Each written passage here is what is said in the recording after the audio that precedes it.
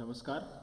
आज की इस वीडियो में हम किस प्रकार से समोच्च रेखाएं खींची जाती हैं और विभिन्न भूआकारों की समोच्च रेखाओं की सहायता से भूआकृति किस प्रकार से तैयार की जाती है, इस वीडियो के माध्यम से और इस चैप्टर के माध्यम से हमारी कम से कम 10 और अधिक से अधिक 20 सीटें तैयार होंगी।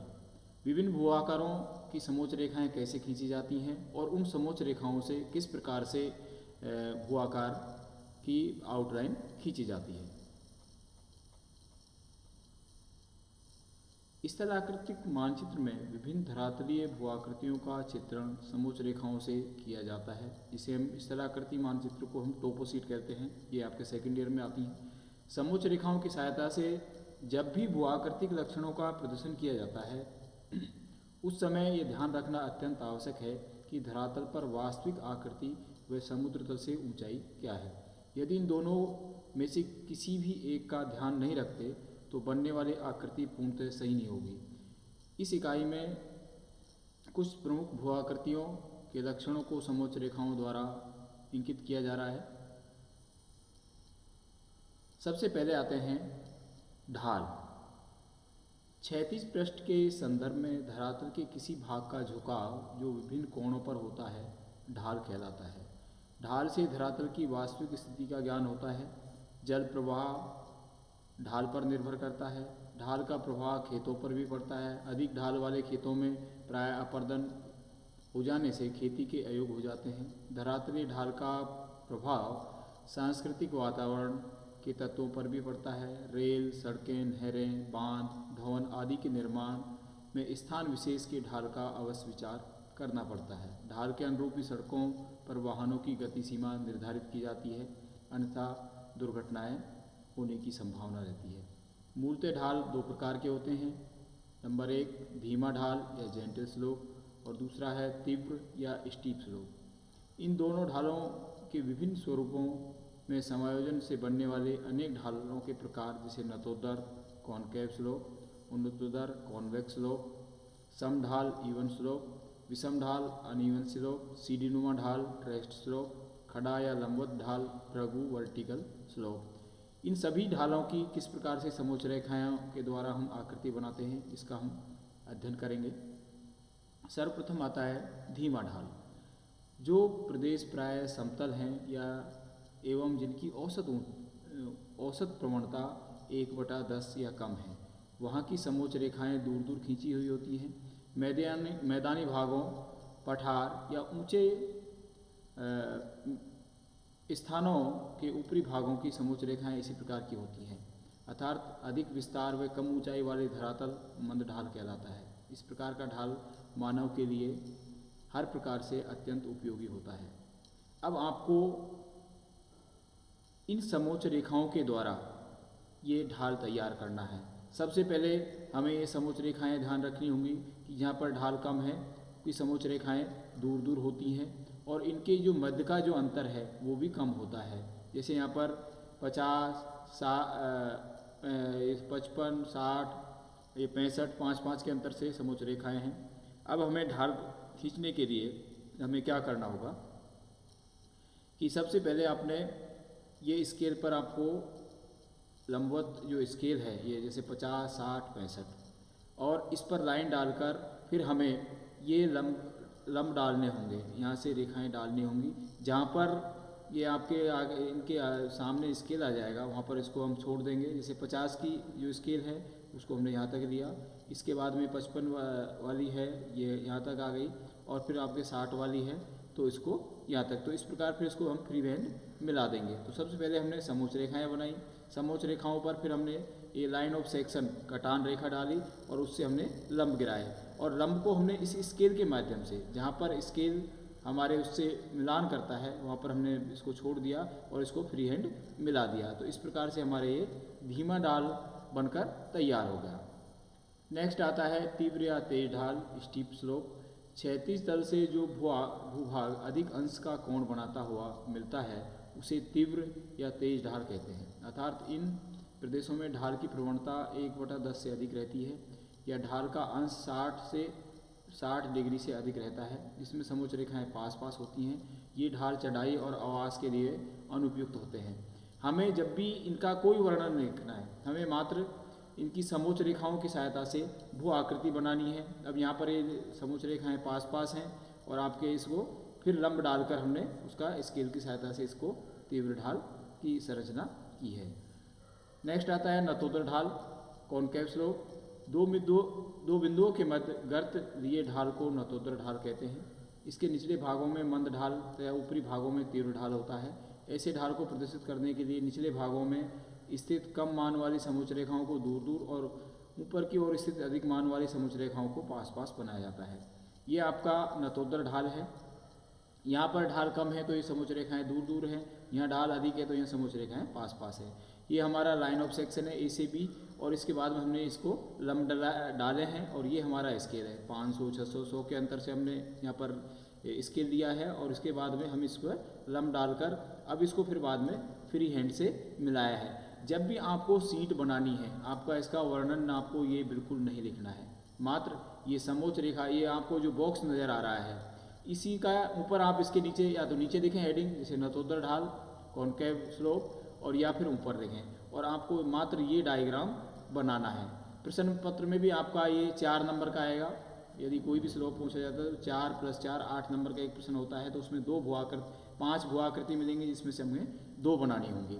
ये क्वेश्चन आपके एग्जाम में भी आता है और इसकी सहायता से आपका मैक्सिमम रिकॉर्ड एक सीट में हम 2 बनाएंगे, क्योंकि सीट हमारी काफ़ी बड़ी होती है। तो जैसे अभी जो ऊपर के भुआकार गए तो हम एक सीट में 2 भुआकृतियों का निर्माण करेंगे और आपको ये जो डिटेल है या इसकी परिभाषा है ये लिखने की आवश्यकता नहीं है। ऊपर आप स्टेंसिल से इसके ऊपर हेडिंग लिखेंगे जैसे कॉनकेव स्लोप, और नीचे इस आकृति को बनाना है और इस प्रकार से आपको रिकॉर्ड तैयार करना है।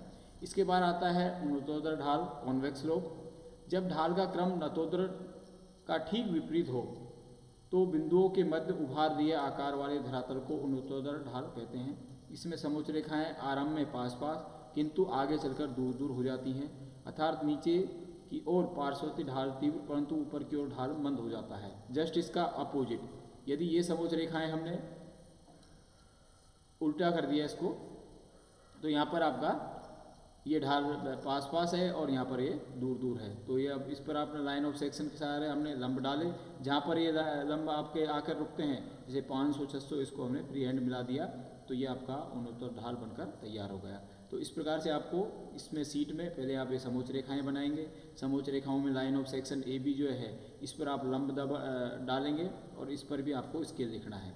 जो आपकी समोच्च रेखाएं 500 से प्रारंभ हो रही है कम से कम, तो हमने 500 से इसको प्रारंभ किया और 11 से जा रही है तो 11 तक हमने स्केल ले लिया है। नेक्स्ट आता है समढाल, जहाँ धरातल पर ढाल एक सा होता है, समोच्च रेखाएं क्षैतिज रूप से समान दूरी पर खींची रहती हैं, ऐसे ढाल को हम समढाल या समान ढाल कहते हैं।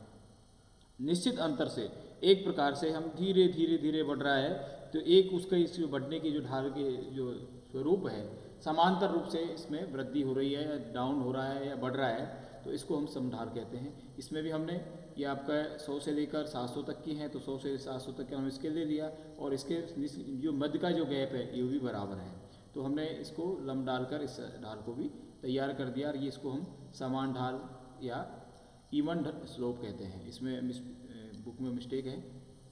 नेक्स्ट आता है अनइवन ढाल, जिसमें कभी ढाल तेज कभी ढाल मंद, तो ऐसे ढालों को हम अनइवन या असमान ढाल कहते हैं। ऊबड़ खाबड़ या ऊंचे नीचे धरातल वाली भूमि को असमान ढाल कहते हैं। असमान ढाल दिखलाने वाली समोच्च रेखाओं के मध्य की दूरी भी असमान होती है, अर्थात समोच्च रेखाएं कहीं पास तो कहीं दूर दूर होती हैं। ये इसकी अब इसमें भी कहीं पर समोच्च रेखाएं पास पास हैं, वहाँ तीव्र ढाल है, जहाँ समोच्च रेखाएं दूर हैं वहाँ पर आपका कम ढाल है। तो यहाँ पर हमने ये आपके समोच्च रेखाएं बनाई, इसके बाद में इसमें लाइन ऑफ सेक्शन डाला ए बी और उससे हमने लंब डाले। लंब डालने के बाद में इसको हमने फ्री हैंड मिला दिया, तो ये आपका असमान ढाल कर की समोच्च रेखाएं और ढाल बनकर तैयार हो गया। तो इस प्रकार से हमें सारे, अब नेक्स्ट आता है सीडी नुमा ढाल, ट्रैक्ट स्लोप। सीडी की तरह ऊबड़ खाबड़ वाली धरातल भूमि को सीडी नुमा ढाल कहते हैं। इसमें निकटवर्ती 2 समोच्च रेखाओं के मध्य की दूरी एक सी रहती है और समोच्च रेखाओं के जोड़े कुछ दूरी पर बने होते हैं। नदी और हिमानी की घाटी में ऐसा ढाल मिलता है। अब ये देखिए इसमें सीढ़ियाँ जैसे लग रहा है, जैसे कोई सीढ़ियाँ है, तो यहाँ पर पेयर में रहती हैं समोच्च रेखाएं पास पास में, फिर बीच में गैप आ जाता है, फिर पास में। तो इस प्रकार से हमने लाइन ऑफ सेक्शन डाला, तो इसको हम ट्रेस स्लोप या सीढ़ी, इनकी जो आकृति है ऐसी नज़र आती है जैसे सीढ़ियाँ बनाई हो। तो ये डायग्राम आपको सीढ़ीदार ढाल का आपको तैयार करना है। इसकी मार्किंग और जो समोच्च रेखाओं के जो पेयर हैं वो पास फिर दूर, फिर पास फिर दूर बनाए जाते हैं। नेक्स्ट है भृगु ढाल, वर्टिकल स्लोप ऑफ क्लिफ। किसी समुद्र तट के किनारे स्थित चट्टान का लंबवत ढाल वाला किनारा भृगु कहलाता है। ऐसे ही ढाल का अंश 90 डिग्री के आसपास होता है।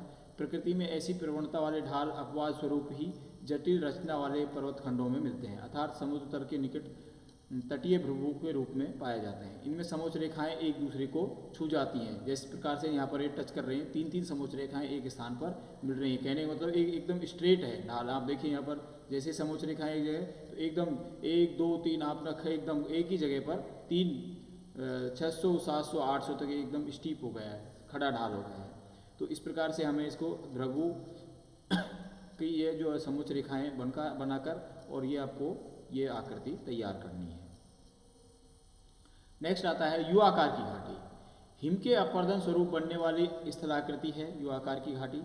ये हिमानी पिंड के अत्यधिक भार एवं मंद गति के कारण क्षैतिज एवं ऊर्ध्वाधर अपर्दन की गतिविधियां हैं। इसका तल लगभग समान समतल और दोनों किनारे दर ढाल खड़ा होने के कारण इसकी आकृति अंग्रेजी के यू जैसी होती है, अतः यू आकार की इसे घाटी कहते हैं।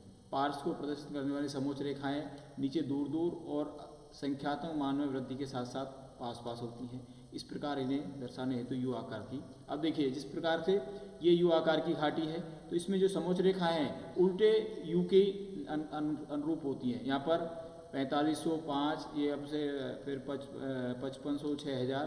तो जैसे जैसे तो इसकी जो आकृति है अंग्रेजी के यू शेप में होती है और जो समोच्च रेखाओं की आकृति है उल्टे यू शेप में होती है। फिर हमने लाइन ऑफ सेक्शन डाला, जहाँ पर ये आपका स्केल को काटती हैं उसको हमने फ्री हैंड मिला दिया। तो इस प्रकार से आपकी ये समोच्च रेखाएं यू आकार की घाटी की बनकर तैयार हो गई।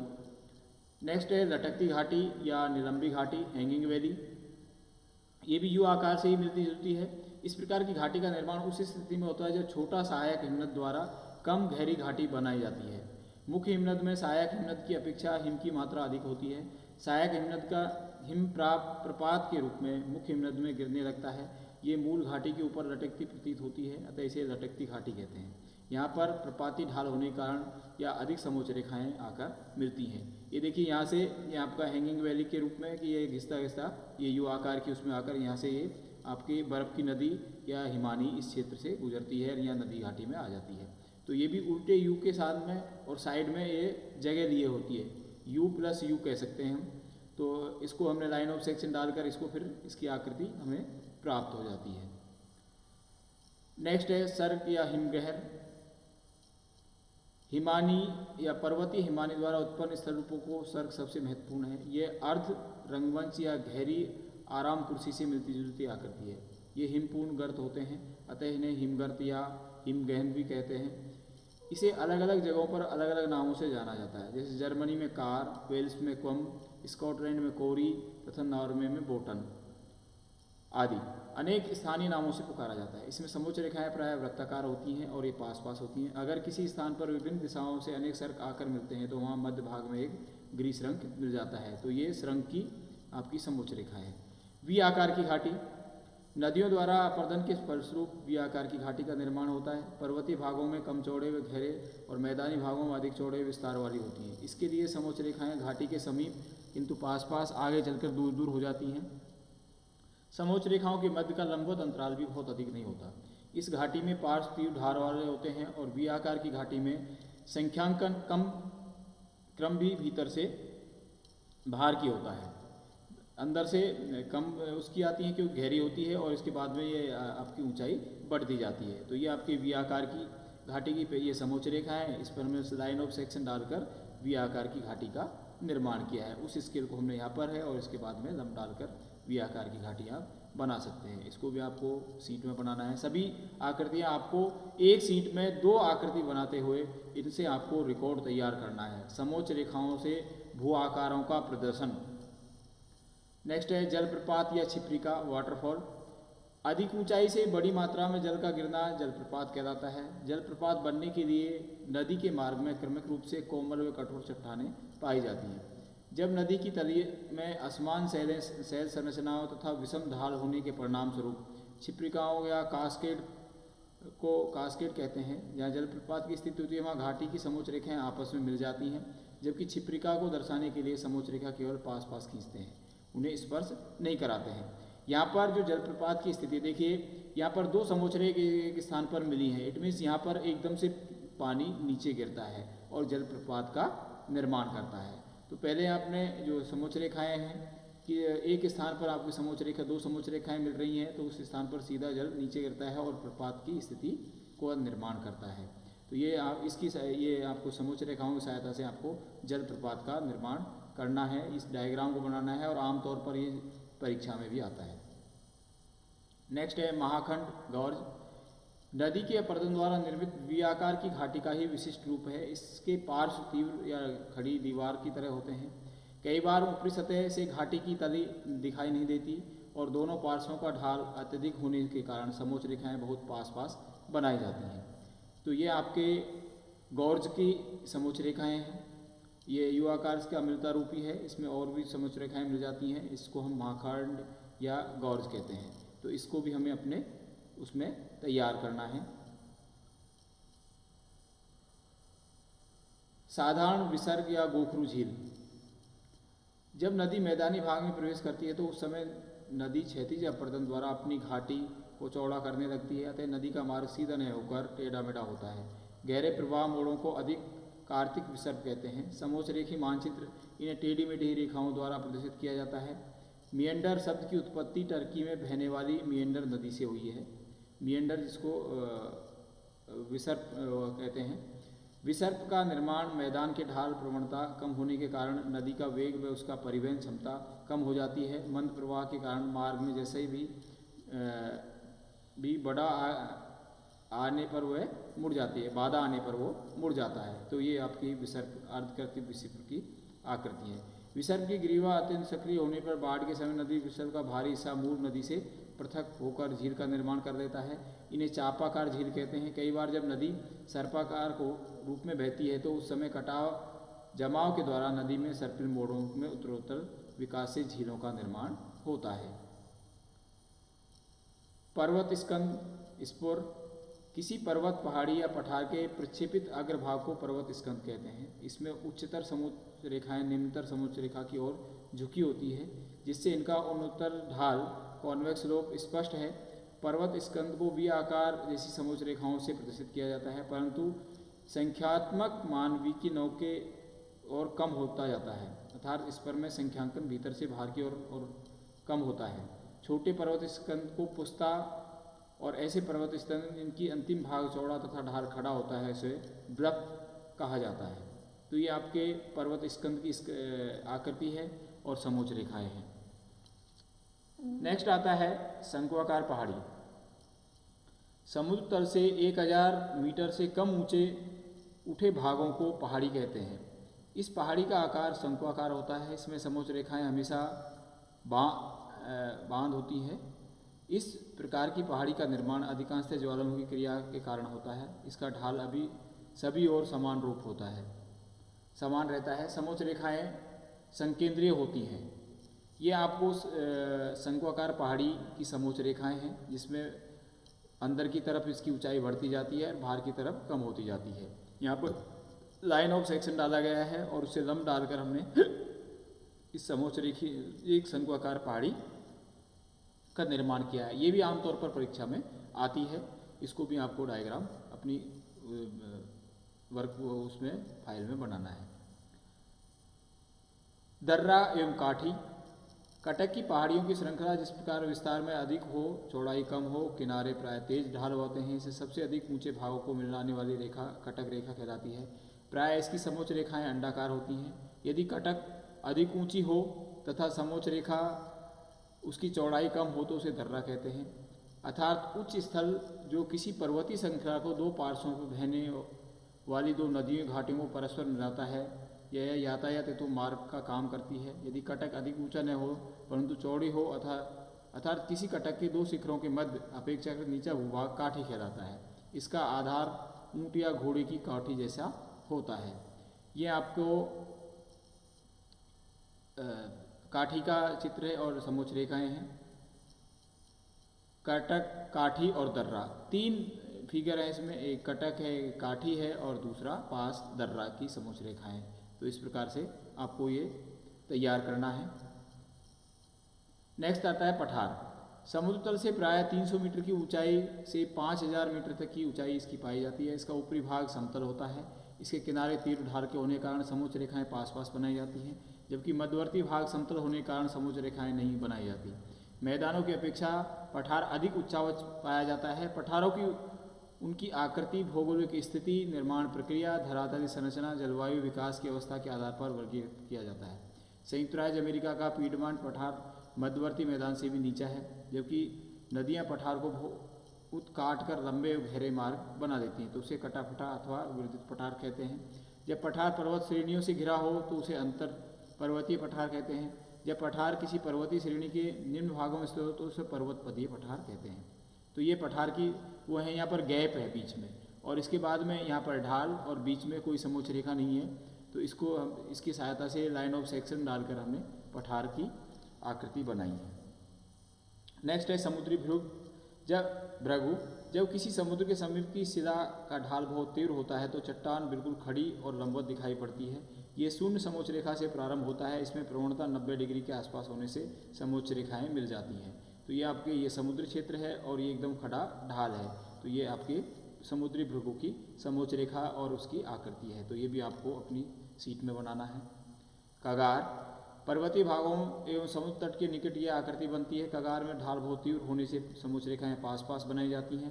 कगार की उत्पत्ति चट्टानों में भ्रंश उत्पन्न होने के अथवा चट्टानों की परतों के अपरदन से होता है। तो ये आपके कगार का है, ये समुद्र है और एकदम खड़ा ढाल, और इस प्रकार से इसकी समोच्च रेखाएं पाई जाती हैं। नेक्स्ट आता है झील। धरातल पर स्थित प्राकृतिक गड्ढे जिनमें वर्ष भर जल रहता है, ऐसी झीलें जिनका जल बाहर नहीं निकलता, उस झील का पानी खारा होता है। किसी झील या गर्त को बंद वृत्ताकार समोच्च रेखाओं से दिखाया जाता है। इन समोच्च रेखाओं का मान केंद्र से बाहर की ओर बढ़ता जाता है। नीचे आपका अंदर की समोच्च रेखाएं नीची और बाहर की समुद्र हाइट को प्रदर्शित करती हैं और ये झील का निर्माण करती हैं। काल्डेरा। ज्वालामुखी पर्वत के मुख पर उद्गार के स्वरूप लावा एकत्रित हो जाने या शंकुआकार पहाड़ी बन जाती है, जिससे दर्शाने के लिए समोच्च रेखी लगभग वृत्ताकार या पास पास खींची जाती हैं। ज्वालामुखी का क्रेटर प्राय एक गड्ढे के रूप में होता है, जिनके किनारे ऊंचे बहुत उठे हुए होते हैं। क्रेटर को दाबी हुई समोच्च रेखाओं द्वारा प्रदर्शित किया जाता है। क्रेटर के बड़े होने पर उसे काल्डेरा कहते हैं। शांत ज्वालामुखी, शंकु क्रेटर या काल्डेरा में जल भरने से झील बन जाती है। तो इस वीडियो में हमने विभिन्न जो भूआकार थे उनको किस प्रकार से समोच्च रेखाओं के द्वारा प्रदर्शित किया जाता है, बनाया जाता है। आपको इसमें से इनकी डिटेल नहीं लिखनी है, ये सभी भूआकार समोच्च रेखी मानचित्र हैं, आपको अपनी सीट पर बनाने हैं और एक सीट में आपको 2 मानचित्र बनाने हैं। इस प्रकार से अपना रिकॉर्ड, और इसके एक क्वेश्चन आता है जिसमें 5 दिए जाते हैं, जिसमें किसी 2 को करना होता है। 4 का होता है और 8 नंबर का एक सवाल होता है। तो आज की वीडियो में इतना ही। आपको इसकी सहायता से जितने भी जो चित्र आपने इस वीडियो में देखे हैं उनको एक सीट में 2 बनाते हुए अपना रिकॉर्ड कंप्लीट करना है। दूसरा, आप इसमें किताब की सहायता भी ले सकते हैं। That's all, thank you.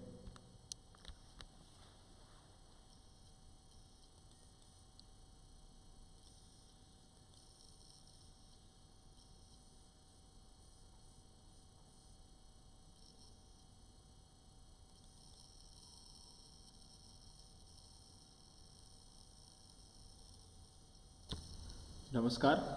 आज की इस वीडियो में हम किस प्रकार से समोच्च रेखाएं खींची जाती हैं और विभिन्न भूआकारों की समोच्च रेखाओं की सहायता से भूआकृति किस प्रकार से तैयार की जाती है, इस वीडियो के माध्यम से और इस चैप्टर के माध्यम से हमारी कम से कम 10 और अधिक से अधिक 20 सीटें तैयार होंगी। विभिन्न भूआकारों की समोच्च रेखाएं कैसे खींची जाती हैं और उन समोच्च रेखाओं से किस प्रकार से भूआकार की आउटलाइन खींची जाती है। स्थलाकृतिक मानचित्र में विभिन्न धरातलीय भूआकृतियों का चित्रण समोच्च रेखाओं से किया जाता है।